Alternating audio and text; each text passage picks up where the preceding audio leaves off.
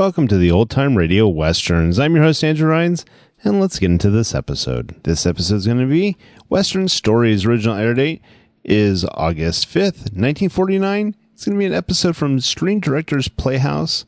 Title of this episode is Fort Apache. In this episode, at Fort Apache, an honorable and veteran war captain finds conflict when his regime is placed under the command of a young, glory-hungry lieutenant colonel with no respect for the local Indian tribe.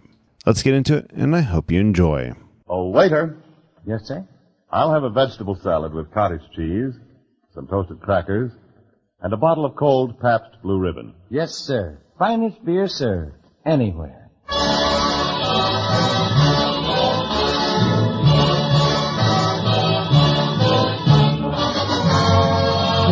From Hollywood, Pabst Blue Ribbon, finest beer served anywhere, proudly presents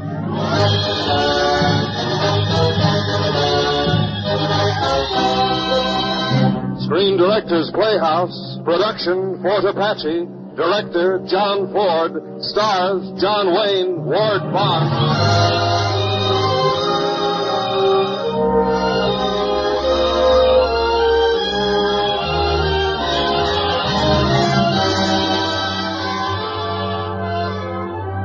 The Hollywood Screen Directors present a footnote to valor, Fort Apache, starring John Wayne and Ward Bond, and introduced by the director of the film, John Ford.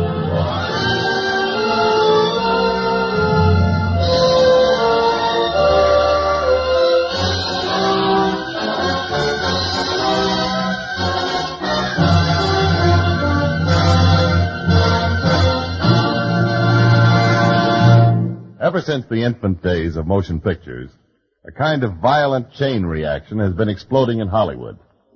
The source of this rather awesome force is our guest screen director tonight. His explosions have taken the form of such brilliantly directed films as The Informer, Stagecoach, How Green Was My Valley, and tonight's story, Fort Apache. Ladies and gentlemen, the director, Mr. John Ford.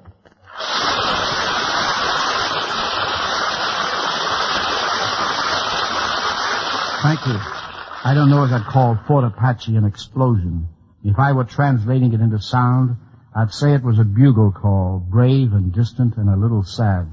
An echo of the cavalry regiments that galloped to meet adventure on our western plains. Now here's our film story for the first time on the air, starring John Wayne in his original role of Captain York and Ward Bond as Colonel Thursday. Fort Apache.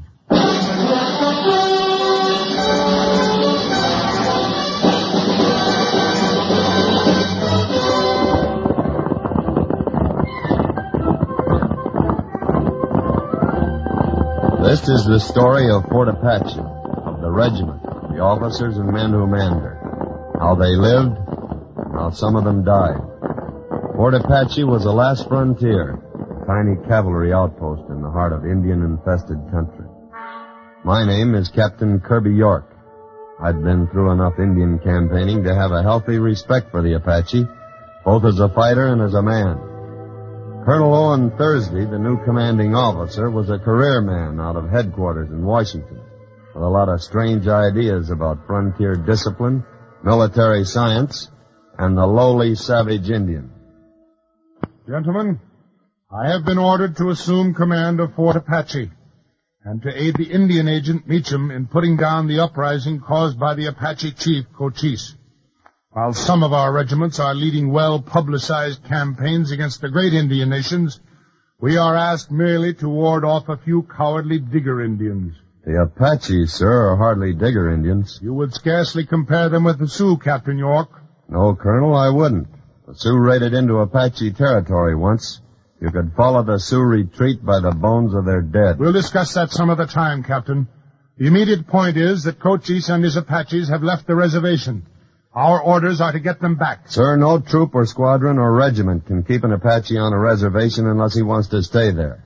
5 years ago, we made a treaty with Cochise, and his Apache stayed on the reservation in peace. For how long, Captain? Until the Indian agent, Meacham, was sent out by the Indian ring. He cheated them, degraded them, until they couldn't take it anymore. Cochise broke his treaty. Yes, rather than stay here and see his nation wiped out. The political aspects of the situation do not concern me, Captain York.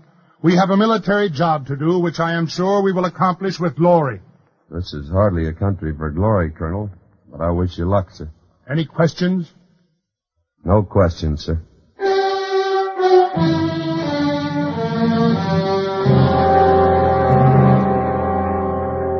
For some reason, the few Apaches who had remained on the reservation were extremely quiet. This was unusual. It worried me. But evidently it didn't worry Colonel Thursday, for about a week later I was detailed to escort his daughter out riding for an inspection of the mesa. Come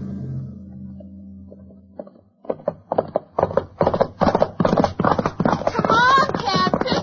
Stop, Miss Thursday.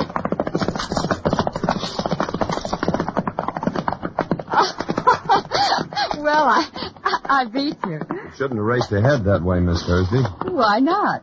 This is Indian country, and I'm responsible for you. Oh, I'm not afraid. Oh, look, Captain. Down there. Smoke. Is it an Indian signal? No, not a signal. That's where our telegraph wires run through to Fort Grant. Oh. I've got to ride down this slope and find out. Can you get back alone? Alone? No, I'm going with you. Get it. Easy now. Let him have his head.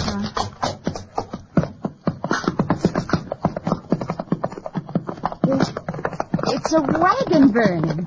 Yeah, it's the one we sent out on the patrol, the telegraph line. Don't look. Stay here. But the men. They're dead. Apaches. Oh. Come on, let's get out of here. We've got to get back to the fort.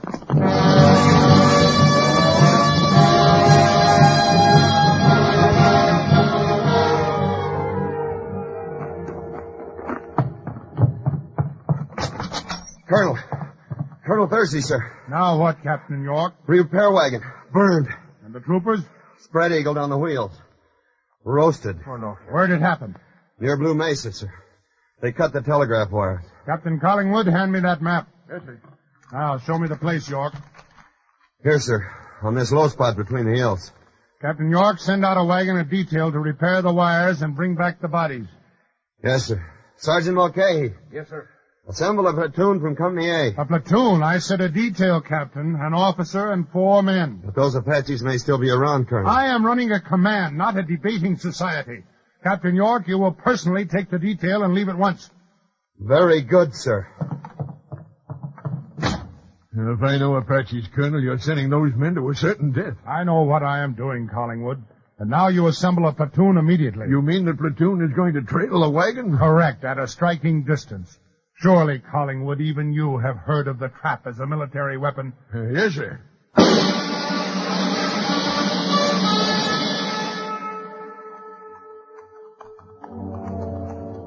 I don't like this, Captain. Send us out like this alone. Neither do I. What do you think, sir? You think the devils will be waiting for us? Can't tell. Apaches are tricky. Take it easy now. The wire breaks just around this bend. Right. Oh, out there. Mother of mercy. 2 of our own lads. Burned alive. Why, you devils, you motherless... Quiet, Mulcahy. They've been back. They've stripped off the men's shoes. The barbarians. I'll make 'em pay with my own hands. All right, men, quick. Get out those blankets and that wire and work fast. I know Apaches. They'll be back. Hey, Pete. Yeah, we're going. Beaufort. You? Get up on that pole and fix that wire break. All right, we're going. I'll take care of our men myself. I'm going up that rock and have a look. They're around here. I can feel it. Any sign of them? Nothing yet, but hurry it up. They know we're here. Down! Get down! Get down off that pole, man!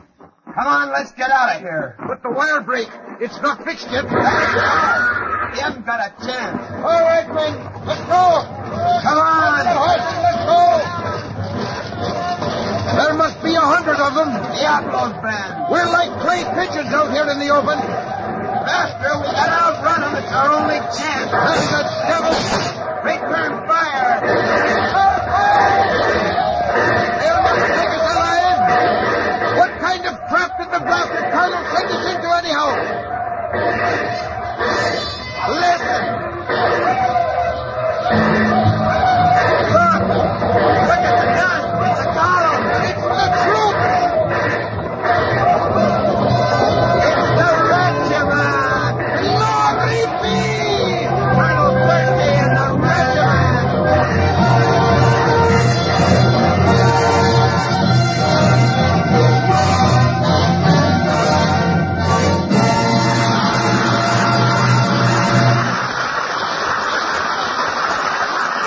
are listening to the Screen Directors Playhouse production of Fort Apache, starring John Wayne and Ward Bond, and introduced by the director of the film, Mr. John Ford. You are in Atlantic City. The boardwalk is crowded with strollers. You, foot-weary and breathless from a marathon walk, pause to wipe the perspiration from your forehead. The salt air is cooling, but somehow it doesn't satisfy your thirst. There must be a place nearby where you can... Wait a second. What's that little blue sign in the cafe window? Oh, brother. Pabst Blue Ribbon. Finest beer served. Anywhere. Yes, during these hot August days, you're just one of millions of men all over America to whom that Pabst Blue Ribbon sign means welcome relief. For Pabst Blue Ribbon does something more than quench your thirst. It gives you taste. Blue Ribbon taste. The kind of taste you can't get anywhere else in the world except in that Pabst Blue Ribbon bottle. And, fortunately, you can get that Blue Ribbon bottle all over the world. Yes, you hear it everywhere. In Atlantic City and Appleton and Ann Arbor and Atlanta. Pabst Blue Ribbon. Finest beer served. Anywhere. Your taste will tell you why.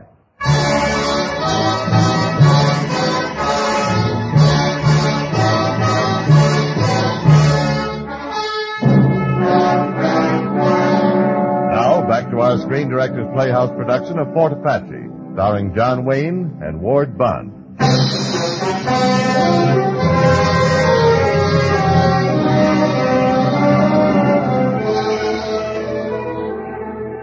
What was left of Diablo's raiding party after the battle we took back to the reservation at Claw Springs. But that didn't solve the problem. They were just a handful. There were still Cochise in the entire Apache nation across the Rio Bravo in Mexico. But right here at Claw Springs was the root of the trouble. The unscrupulous Indian agent, Meacham. Mr. York, how good to see you. Captain York Meacham. Oh, yes, of course. You soldier boys and your title. And this is Colonel Thursday. Ah, another exile in the Mr. wilderness. Meacham, a band of Indians left this reservation. Yes, the ungrateful dogs. I treat them well. Meacham, you drove Cochise and the Apaches off this reservation by starving and degrading them. Why, I... Getting them whiskey instead of beef. Trinkets instead of blankets. But Cochise did the only thing a decent man could do. He left and took his people with him across the Rio Bravo into Mexico. Why, he broke his treaty, and I demand you soldier boys bring him back by force if necessary. Any demands you wish to make, Mr. Meacham, will be made through official channels. Well, I only... Captain York, what's in those boxes? They're marked books, sir. More likely cheap whiskey. No, he's lying. I'll open them and see, Captain. Mulcahy. Right, sir. You're the colonel. Here, what are you doing? You have no right to... Oh, it's a miracle, sir. The books have turned into whiskey in a barrel. I have a government license to keep a medicinal supply of... What shall we do with the books, Colonel? Destroy them. Mulcahy. Yes, sir. And what about these Winchester rifles, sir? Destroy them, too. No, you can't. This is private property. You have no right Meacham, to... you're a blackguard, a liar, a hypocrite, and a stench in the nostrils of an honest man. If it were in my power, I'd hang you from the nearest tree and leave your carcass for the buzzards. But as a representative of the United States government, you are entitled to the protection of my command. But that is all. Good day, sir.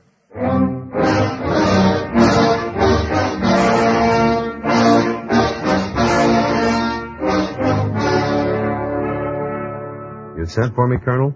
Sit down, Captain York. Yes, sir. Now, about this Cochise. We've got to bring him back. In 6 campaigns, he's out-generaled us, out-fought us, and outrun us. That's just the point. There aren't enough troops in the territory to make him come back. But one man, a man he trusts, might persuade him. Cochise knows me. You're a fool, Captain. Assuming you found Cochise, his men would cut you to pieces. Well, that's possible, sir, but I've never lied to Cochise, and if you'll assure him decent treatment for his people... A carbine against his spine might be more persuasive. Oh, I'd have to go unarmed, sir. Have you forgotten what happened to the men on the repair wagon? Well, I can't fight my way to Cochise. Other men have tried that. If we could manage to get him back to United States soil... Well, you have my permission, Captain. How many men will you need? One, sir. Sergeant Beaufort. He knows the country. He was born in Mexico. I'd like to leave at once, sir. Proceed, Captain, and take your sergeant. I hope you make it.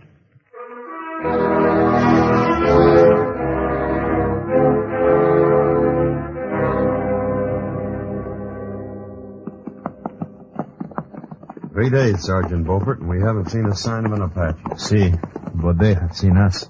You can be sure of that. Captain, look. We'll go over against that hill. A signal mirror. Another one answering from this side.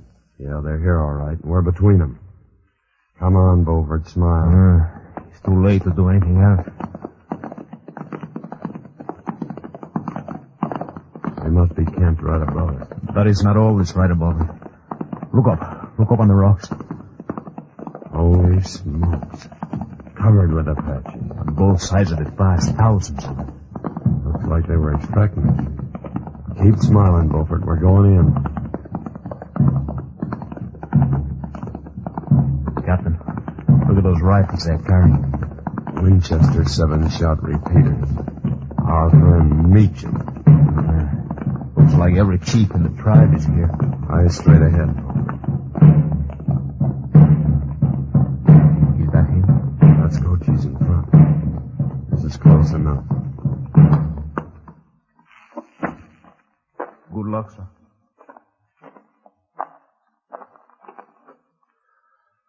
Buenas tardes, Cochise. We come in peace. Buenas tardes, friend.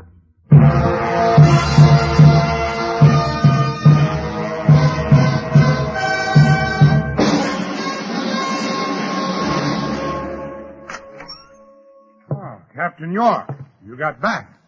Well? Cochise has crossed the river, Colonel. He's coming in with all these people.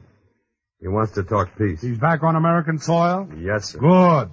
Captain, the regiment moves out at dawn. The regiment? But I promised Cochise we'd meet him alone, unarmed. You and me and Meacham. Why, Meacham? He insists Meacham be present. Very well. You will prepare your troops to march at dawn. But Cochise will think I've tricked him. Exactly. We have tricked him. We've tricked him into returning to American soil, and I intend to see that he stays here. Colonel, I gave Cochise my word. Your word to a breech-clouted savage? To an illiterate, uncivilized murderer and treaty breaker? There is no question of honor, sir, between an American officer and Cochise. There is to me, Colonel. You can't send out the regiment. Captain York, so long as you are in my command, you will obey my orders. The regiment will march at dawn.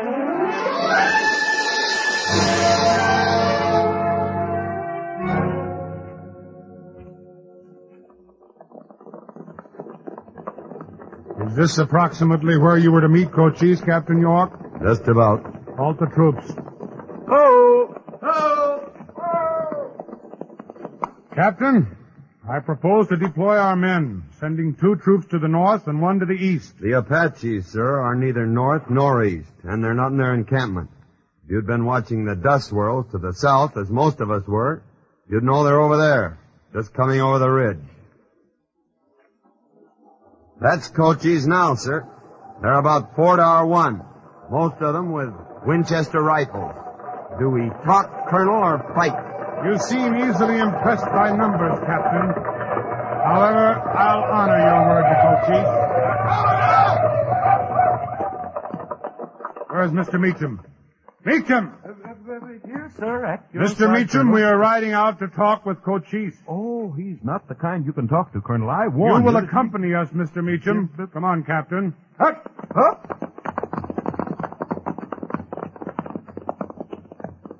Take over, York. I have the honor, illustrious chief, of presenting the commander of our regiment, Colonel Thursday. We have come to talk. The Apaches are a great nation. Proud, never conquered. But it's not good for a nation always to fight. Young men die, old ones hungry. So I bring my people to a reservation. Then this man come make trouble. He means you, Meacham. He lies. Evil man who make my people bad. He is worse than war. He starved my children. No. He killed my people. No, it's not true. Send him away and we will talk peace. If not, there will be more war. Are you threatening us? Colonel, don't interrupt. It's an insult. And for each of us you kill, 10 white men will die. Silence! I did not come here to be threatened. Cochise, I find you without honor. That government which I represent orders you to return to the reservation by dawn, or we will attack.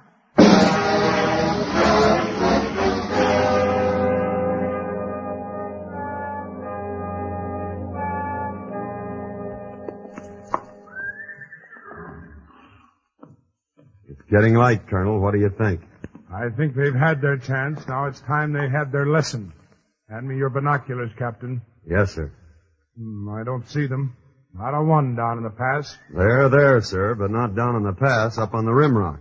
How can you know that? Because if I were Cochise, that's where I'd take up my position. What about that dust cloud at the far end of the pass? An Apache trick, sir. Women and children dragging mesquite to make us ride through that narrow pass into an ambush.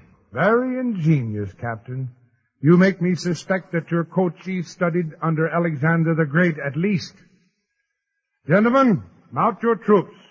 We charge through the pass in a column of 4s. Mounted in 4s? Colonel, that'd be suicide. I tell you, they're up in those rocks on either side of the pass. It's an ambush. Captain York, there is no room in this regiment for a coward. You will remain on the ridge in safety with the supply wagon. Yes, sir.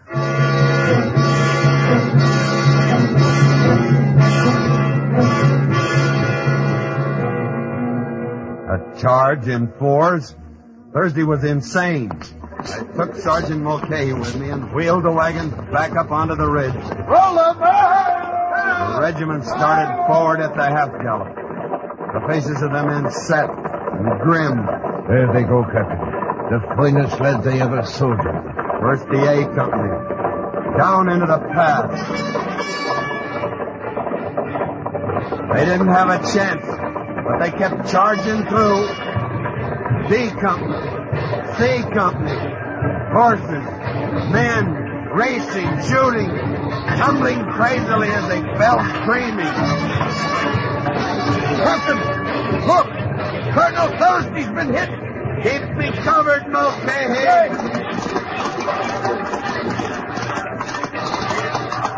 Colonel Thursby! York, help me on your horse. Here, follow me, Colonel. I'm dug in on the ridge top. No, Captain. Your saber. I must rejoin my command. There is no command. It's wiped out. We're all that's left of it, don't you understand? Us and the wagons on the ridge. Then back to your ridge, Captain. We'll charge in 4s. Come back, Colonel. Come back. Come back. Hurry, Captain, over here! Thanks, McVeigh. Don't quick! You'll draw their fire! What difference does it make? Wiped out. Wiped out. Every man. The devils. The murdered devils. It's all over. No. Here they come. The whole Apache nation. We've got a rifle apiece and 40 rounds, Captain. No, wait. Make 'em count. Every one for the men that's gone. No, Sergeant. Hold your fire.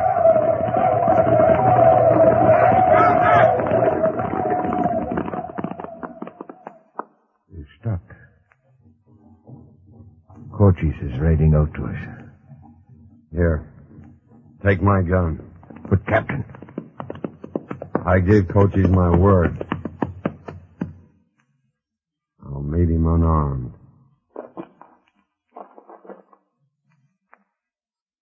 White Colonel say Cochise without honor.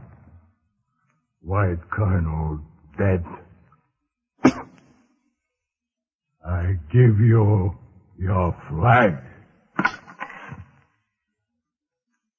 For a moment, Cochise stared at me.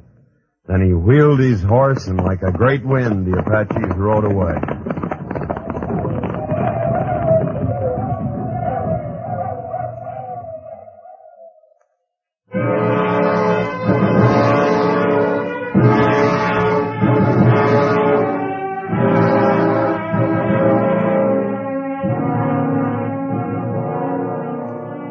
Yes, he gave us back our flag, the regimental guidon we'd carried into battle.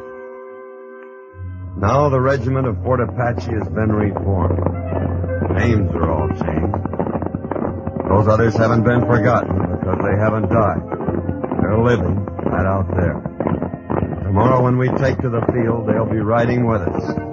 Collingwood, O'Rourke, Mulcahy, Beaufort, yes, and Thursday. Their names may change and their faces, but they're the regiment and the regular army, now and 50 years from now.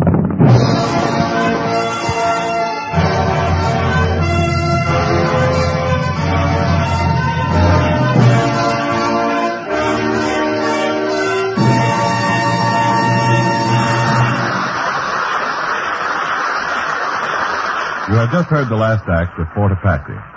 In a moment, our stars, John Wayne and Ward Bond, and screen director John Ford will return to the microphone.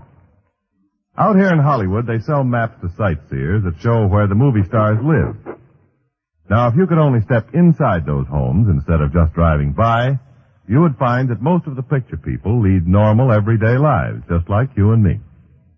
On these hot summer weekends, for instance, the chances are you'd find them out in the backyard under a shady tree with their neighbors and friends, playing gin rummy, or just chatting over bottles of cold Pabst Blue Ribbon beer. Everything in perfect taste. Blue Ribbon taste. And it's that Blue Ribbon taste that makes this internationally famous beer so popular here in Hollywood. We happen to have a movie star here in the studio who I think will verify that statement. The star of our radio program, Mr. John Wayne. John, is it true that Pabst Blue Ribbon is a big favorite in Hollywood? Well, offhand, I'd say it's quite popular. Well, what do you mean offhand? I mean, I have no way of knowing except that I see Pabst Blue Ribbon served in a lot of Hollywood homes. Well, do you serve it in your own home? I sure do. It's a good beer. Now, how about a word from the director of Fort Apache, if Ward Bond will bring Pappy over here? What do you mean, bring Pappy over here? That's the trouble with you actors. Just because I'm a director, you think I'm afraid of a microphone. Well, Pappy? Well, I am, and that's why I'm going to say good night and get out of here. There speaks one of the world's greatest directors. Come on, Pappy. Good night, folks. Good night. Good night. And good night to you, John Wayne, Ward Bond, and John Ford. Don't forget, tomorrow is the beginning of another weekend. 2 whole days to relax and have fun. You'll be planning picnics and backyard barbecues. Just be sure there's plenty of Pabst Blue Ribbon cooling in your icebox. Tomorrow morning, ask your dealer for a case. In cans or bottles, Pabst Blue Ribbon is the finest beer served anywhere. Your taste will tell you why.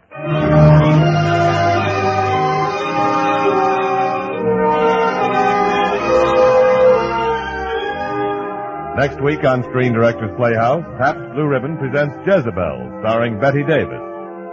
Fort Apache was presented through the courtesy of Argosy Pictures, producers of Mighty Joe Young. John Wayne will be seen shortly as the star of the John Ford Argosy production, She Wore a Yellow Ribbon. Ward Bond will soon be seen in Paramount's new Bing Crosby picture, Riding High. John Ford is currently directing the 20th Century Fox production, Front and Center, starring Dan Daly and Colleen Townsend. Included in tonight's cast were Sharon Douglas, Paul McVeigh, Tony Barrett, Eddie Fields, Pat McGeehan, Lou Merrill, and Don Stanley.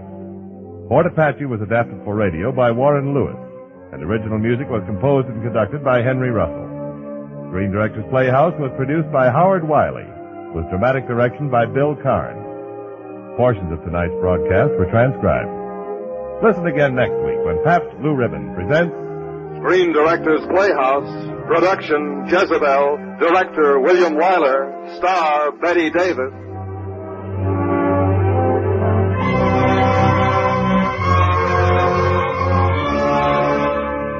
Screen Directors Playhouse is brought to you by the Pabst Brewing Company of Milwaukee, Wisconsin, Newark, New Jersey, and Peoria, Illinois, and sent your way with the best wishes of the Pabst Blue Ribbon dealers from coast to coast. James Wallington speaking.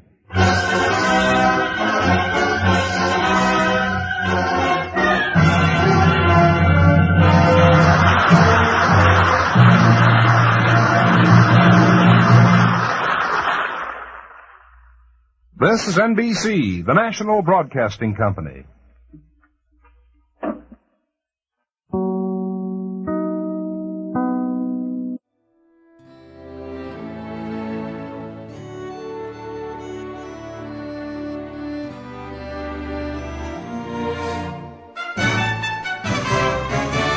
This has been a presentation of OTRWesterns.com, and we hope you enjoyed. Please take some time to like and rate our shows in your favorite podcast application. Follow us on Facebook by going to OTRWesterns.com/Facebook.